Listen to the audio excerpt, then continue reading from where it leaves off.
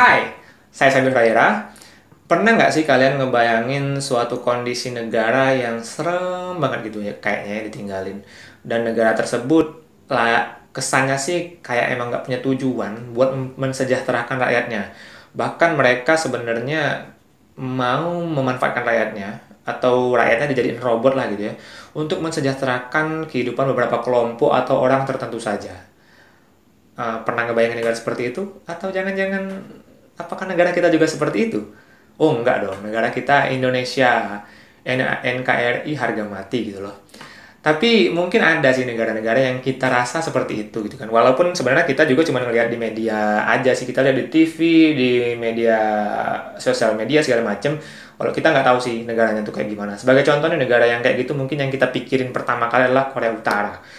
Kita mikir Korea Utara itu serem banget, rakyatnya itu dikekang dan segala macam, tapi kan kita nggak tahu kalau kita ke sana, ternyata rakyatnya itu happy happy gitu loh, ternyata rakyatnya itu hidup dengan sejahtera dan riang dan penuh tawa dan canda gitu kan, kita nggak tahu. Tapi ya walaupun negara itu sekarang itu ada negara seperti itu di dunia, negara yang benar-benar parah kayak gitu, tetapi saya yakin masih nggak separah negara yang ada pada buku ini. Buku karangan George Orwell yaitu dengan judul 1984. Tapi buku ini orang sih tahunya bukan 1984 tetapi 1984. Tapi saya akan nyebutnya 1984 aja lah ya biar gampang gitu kan.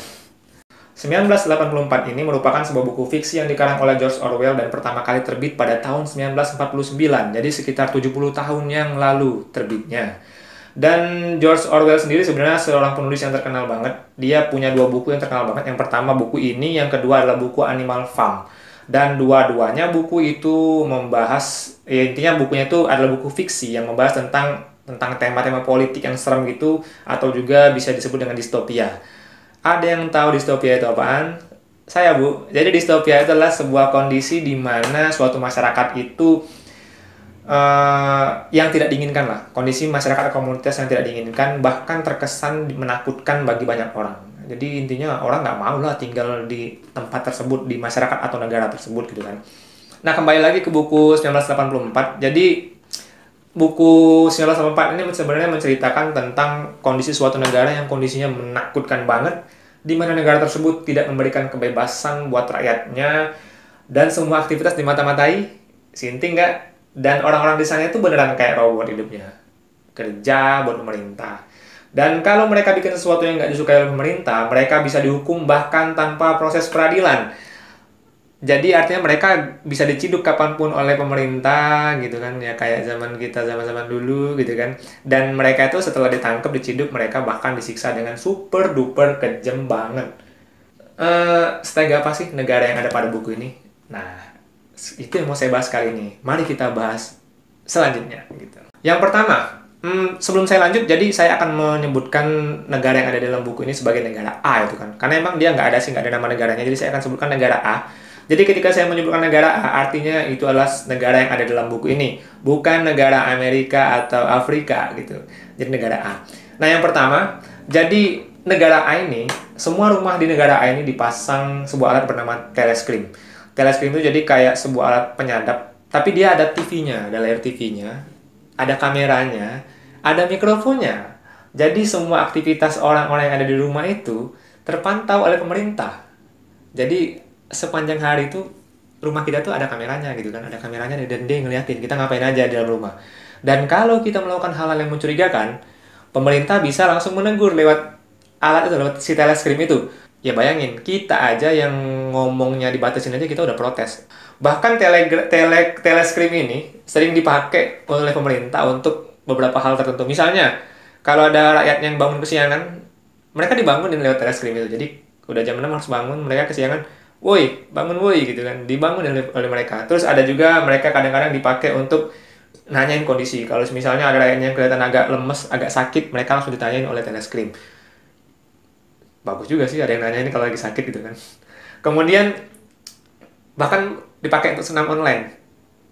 Hebat ya, kerennya. Jadi warganya itu misalnya pagi-pagi sudah bangun dibangunin gitu kan, atau ada keluar suara alarm gitu kan. Kemudian mereka disuruh senam. Nanti di TV-nya keluar instrukturnya, gambar instrukturnya, kita disuruh ngikutin. Dan kalau kita agak-agak lemes, agak-agak nggak ngikutin proses 6, kita dimarahin langsung lewat telescreen. Nah, kemudian telescreen juga digunakan. Tadi kan saya bilang ada TV-nya. Telescreen ini juga digunakan untuk menampilkan informasi. Jadi di sana tuh nggak ada televisi, nggak ada media massa. Semua berita ditampilkan oleh pemerintah. Tapi beritanya itu sebenarnya benar-benar propaganda banget buat rakyatnya.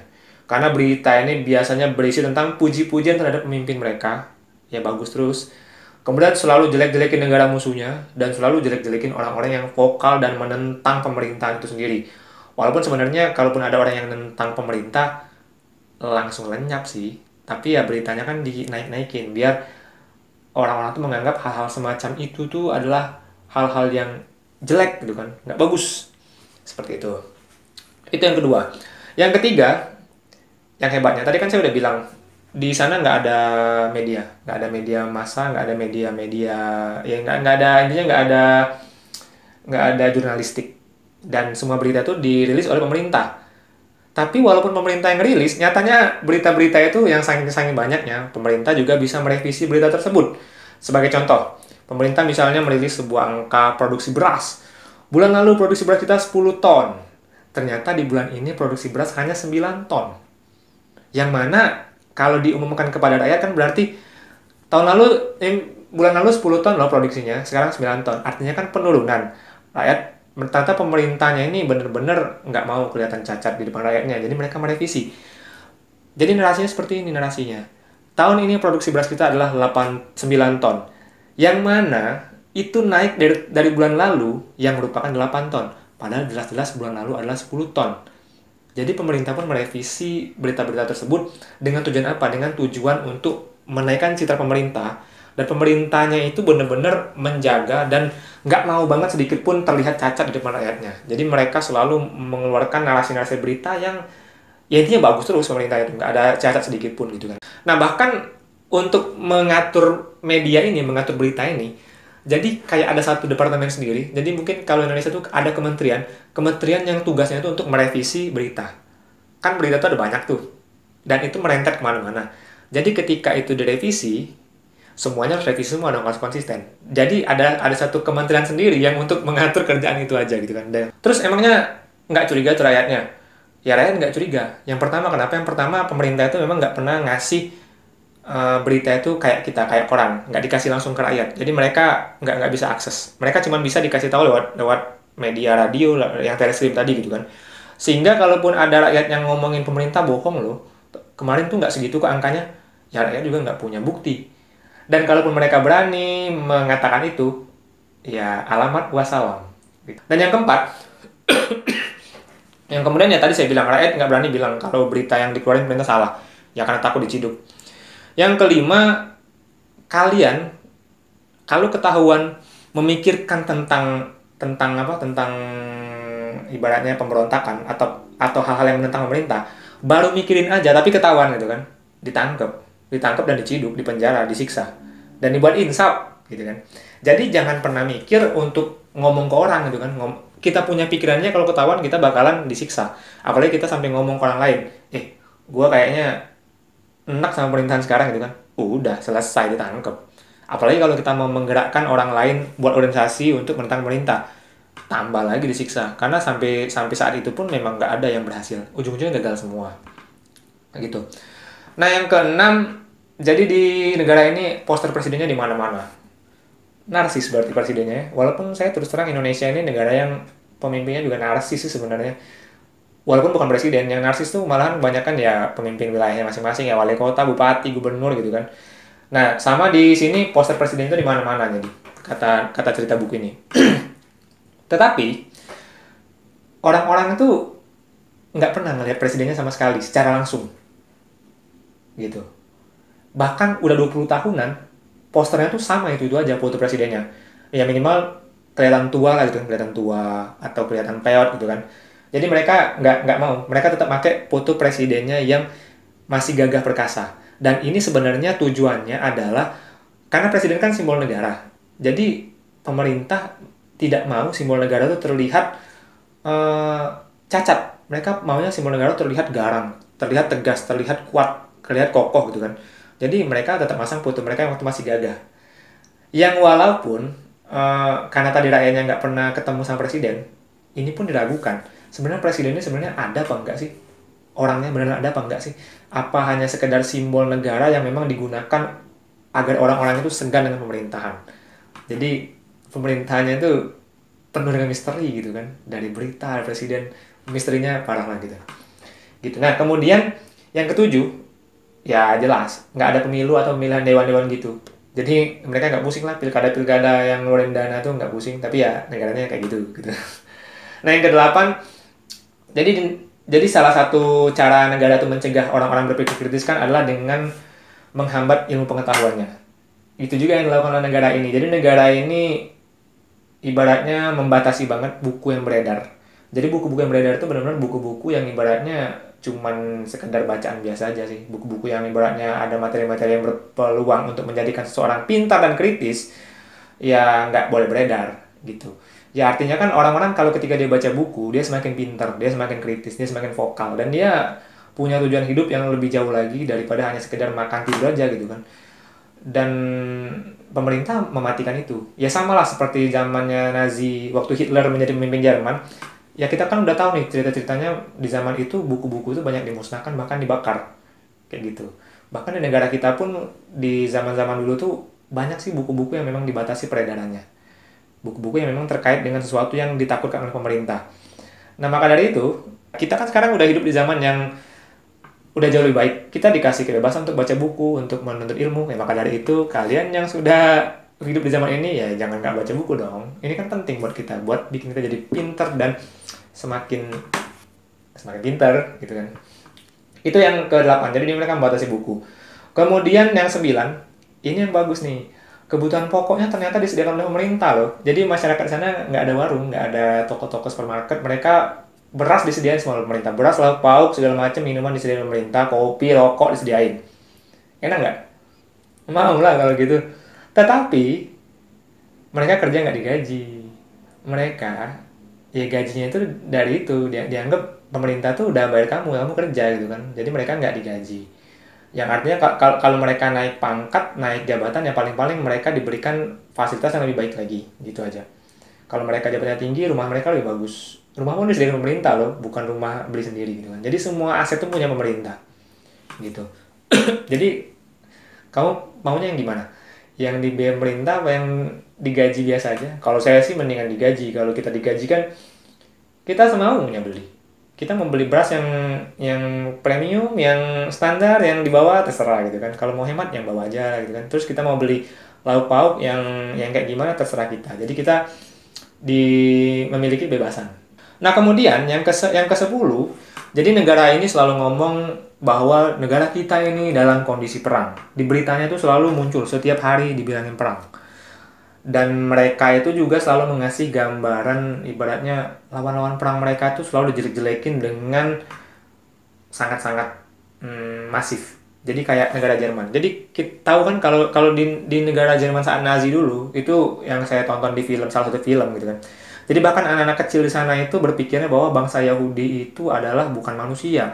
Bahkan mereka berpikir bahwa orang Yahudi itu adalah monster gitu kan. Makanya ketika anak-anak Jerman itu ketemu dengan orang Yahudi, mereka nanya, kemana tanduk kamu gitu kan, kemana sayap kamu, kok kamu nggak ada sayap sih, kok kamu nggak punya tanduk gitu kan. Karena mereka mikirnya mereka itu bukan manusia gitu kan. Karena ya tadi didoktrin oleh pemerintah terus-menerus biar membenci bangsa Yahudi. Ya sama dengan buku ini. Sama seperti itu. Yang akhirnya kayak gimana? Akhirnya anak-anak di negara tersebut dari kecil pun mereka sudah bercita-cita untuk membunuh bangsa-bangsa lawannya, negara-negara yang menjadi musuh negara tersebut. Nah, ngomong-ngomong masalah berita perang tadi, jadi saya tadi udah bilang kan bahwa di negara ini bisa merevisi berita. Nah, yang lebih hebat lagi, jadi misalnya di negara A ini mereka ngomong kita sekarang selama 10 tahun perang dengan Rusia. Dan kita berteman dengan Amerika, misalnya. Jadi selama 10 tahun itu negara ngejelek-jelekin Rusia. Rusia tuh jelek, Rusia tuh orang-orangnya monster, like dibunuh, like di apa, terserah lah. Amerika tuh baik, itu teman kita. Oke? 10 tahun kemudian, ternyata berubah aliansi nih. Temennya yang menjadi lawan Amerika, yang jadi temen si Rusia. Dibalikin dong, yang tadinya ngata-ngatain Rusia, sekarang ngata-ngatain Amerika. Gitu kan. Rakyatnya bingung dong. bukannya tadi orang Rusia itu jelek ya, orang Rusia itu jahat-jahat ya gitu kan. Kok sekarang orang Amerika sih yang jahat? Kan rakyat pada bingung tuh. Tapi pada akhirnya rakyat lupa. Jadi kata si pemeran utamanya, mereka tuh lupa. Setelah sekian tahun mereka tuh doktrin setiap hari digempur dengan berita perang, ngejelek-jelekin negara musuhnya, akhirnya rakyat pun lupa bahwa dulu kita itu pernah perang dengan yang lain gitu kan. Bahwa dan rakyat pun lupa bahwa kita tuh sebenarnya yang nggak ada yang baik, nggak ada yang baik dan nggak ada yang jahat dan baik sih sebenarnya. Yang ada adalah sebenarnya kepentingan masing-masing negara sendiri sebenarnya. Itu sih menurut saya. Jadi separah itu gitu kan. Mereka bisa mencuci otak masyarakatnya hingga benar-benar nempel. Bahkan masyarakatnya lupa dengan informasi yang ada pada sebelumnya. Nah kemudian yang ke-11, jadi negara ini setiap rilis sesuatu tentang perang, jadi selalu ngumumin kita itu menang, kita itu berhasil mengalahkan kota ini, kita berhasil menaklukkan kota ini. Karena yang tadi, lagi-lagi saya bilang bahwa negara ini ingin menampilkan bahwa mereka itu memang kuat. Jadi mereka nggak mau memperlihatkan kelemahan mereka sedikit pun. Jadi warganya itu selalu dibilang kita ini negara kuat, kita ini negara hebat, kita ini negara yang menguasai dunia ini. Jadi perang itu kata dia sudah berjalan berpuluh-puluh tahun. Dan itu nggak kelar-kelar. Dan orang-orang sebenarnya nggak tahu perang itu sebenarnya ada apa enggak sih? Apakah perang itu sebenarnya dideklarasikan pemerintah buat nakut-nakutin rakyatnya, biar rakyatnya makin rajin bekerja, biar pemerintah bisa menyiksa mereka, biar pemerintah bisa mengatakan bahwa negara kita darurat, sehingga mereka bisa melakukan apapun untuk alasan melindungi negara tadi. Jadi rakyatnya tuh nggak tahu, udah puluhan tahun perang nggak sudah-sudah katanya kan intinya. Kenapa mereka nggak percaya? Yang kedua adalah karena memang nggak ada masyarakat yang pernah terlibat langsung dalam perang tersebut. Misalnya jadi tentara yang memang dikirim ke negara musuh. Jadi pemeran utamanya sih orangnya kan pemikir kritis kan. Jangan-jangan perang itu nggak ada loh katanya. Nah yang ke-12, jadi terkait banyaknya berita bohong dan propaganda tadi, ini juga ternyata berpengaruh banget dengan anak-anak. Jadi anak-anak itu didoktrin kalau orang-orang yang menantang negara adalah musuh dan harus ditangkap. Jadi sebenarnya walaupun negaranya kacau balau kayak gitu, sebenarnya ada sih orang-orang yang sebenarnya memiliki pemikiran kritis yang ngerasa negara kita ini nggak baik-baik saja loh. Tetapi anak-anak didoktrin dari kecil bahwa itu hal yang jelek, hal yang jahat. Sehingga anak-anak ini karena dia masih kecil gitu kan, karena selalu mendengar propaganda, mereka bahkan menjadi mata-matanya pemerintah untuk menangkapi orang-orang yang berniat untuk menantang pemerintah. Dan bahkan di buku ini, anak-anak itu berani ngelaporin orang tuanya baru ditangkap. Jadi, banyak orang tua yang ada di buku ini tuh ditangkepin gara-gara anaknya yang ngelaporin. Dan itu biasanya dipublish di media, dikatakan bahwa, wah, anaknya ini seorang pahlawan yang mengabdi pada negara. Bahkan dia berani mengorbankan kecintaannya pada ayahnya demi negara dan bangsanya. Kayak gitu. Jadi, kasihan anak-anak gitu kan. Nah, yang ke-13 terkait dengan kebahagiaan. Jadi, kita sebagai manusia kan, ya kita butuh dong pacaran, kita butuh dong kebahagiaan dan kasih sayang dan cinta. Tetapi di buku ini lagi-lagi ya membatasi negaranya. Jadi mereka ketika naksir sama orang itu harus diem-diem, sembunyi-sembunyi. Jadi ceritanya di buku ini kan ada tokoh utamanya itu dia kayak ditaksir cewek. Bahkan ceweknya itu ngasih dia surat itu rahasia banget. Mastiin lu nih, dia kayaknya orangnya orang partai tulen nggak? Dia jadi selalu udah yakin dia bisa diajak pacaran, kayak surat nih. Akhirnya dia mau pacaran berdua. Dan pacaran pun gimana? Pacaran pun mereka ngedate di hari Sabtu Minggu gitu kan. Itu ke suatu kota yang jauh banget dari kota mereka, naik kereta api gitu kan. Dan itu pun naik keretanya sendiri-sendiri. Di kereta yang beda kan, kereta yang jam ini, ceweknya di jam yang lain gitu kan. Setelah naik kereta, mereka jalan dari stasiun sekitar beberapa meter gitu kan, berapa ratus meter. Kemudian mereka menuju tempat kayak semak-semak di hutan gitu kan, yang memang nggak ada orang.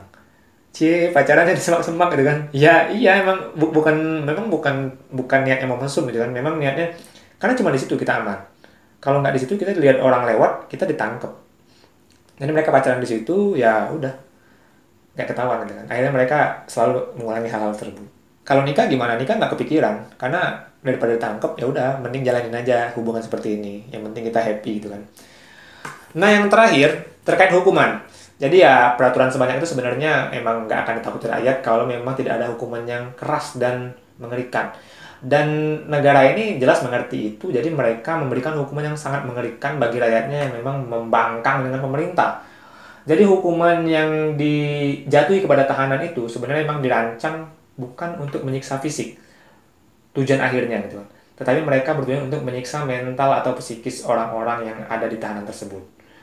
Jadi tahanan itu disiksa dengan kejam, tapi mereka memang ya arahnya itu psikis sih, psikis dan mentalnya. Jadi mereka dihancurin banget itu kepercayaan diri mereka. Sebagai contoh nih, seorang tahanan misalnya kan, disiksa, ditangkap, disiksa selama 3 minggu. Kurus kering, nggak makan, nggak ini. Makannya seadanya lah, dikasih makan tapi seadanya. Kurus kering sampai tinggal tulang. Bahkan beberapa tahanan itu kalau mereka nggak kuat fisiknya, mereka kekurangan gizi, bahkan mereka sampai giginya rontok, rambutnya rontok, bahkan ada yang mengalami kebutaan. Tetapi bagi mereka yang kuat, badannya kurus kan, kurus kering habis. Seperti pemeran utamanya itu badannya lumayan kuat, jadi dia kurus kering sampai badannya udah berdiri aja udah susah. Kemudian 3 minggu disiksa, 3 minggu lagi dikasih makan. Kerjanya tidur, duduk, nongkrong-nongkrong doang. Dikasih makan, gemuk lagi dong. Setelah udah sehat lagi, disiksa lagi. Digituin lagi. Gila nggak? Dan setelah itu, tujuan akhirnya ternyata bukan untuk nyiksa badannya. Gitu kan? Mereka sengaja tidak dibikin mati. Ternyata pada akhirnya mereka dibikin benar-benar hancur mentalnya. Bahkan para tahanannya itu bahkan ujung-ujungnya benar-benar merasa hal-hal yang salah itu menjadi benar. Jadi dibalik. Jadi misalnya saya punya pemikiran A dan B itu salah bagi saya. Misalnya saya ngomong A benar, B salah. Bahkan tahanannya itu karena saking ketakutan dan stresnya, dia percaya bahwa kebalikannya gitu loh. Jadi segila itu. Karena mereka bisa bikin mereka ketakutan. Dan karena tadi udah ada alat teleskrin yang selalu menyadap para penduduknya. Dan dari alat itu sebenarnya pemerintah tahu nih, apa sih yang paling ditakuti oleh tahanannya? Kayak contohnya pemeran utama buku ini, pemerintah tahu. Ternyata dia paling takut dengan tikus. Jadi ketika di tahanan, ketika dia sudah selesai disiksa fisik, dia disiksa mental. Dia dimasukin ke ruangan, dikasih tikus. Jerit-jerit sampai Dan pada akhirnya apa? Setelah dia udah mentalnya hancur dan dia sudah melupakan ideologi yang tadi, dia udah lupa, dia benar-benar sudah berubah 180 derajat gitu kan. Dari pemikiran yang A menjadi pemikiran B yang benar-benar mendukung pemerintah. Dia dilepasin ke masyarakat kembali. Jadi orang gila, jadi orang depresi. Kerjanya nongkrong, kerja juga nggak bisa, nggak ada semangat hidup. Cuman nongkrong-nongkrong aja di kafe, minum kopi, ngerokok, nggak jelas. Setelah mereka udah dilihatnya kayak udah jadi kayak dijadiin contoh aja loh dari pemerintah. Ini loh contoh masyarakat yang kami tangkap jadinya kayak gini. Kalau kalian mau ngelawan, kalian juga kayak gini nanti kan. Dan setelah itu apa? Setelah dia udah kayaknya memang nggak ada semangat hidup lagi, ya udah tiba-tiba pemerintah dengan mudahnya mengeksekusi mereka, bukan di penjara, ya di tempat masyarakat. Jadi dia lagi naik jembatan ceritanya ditembak dari belakang, mati. Jadi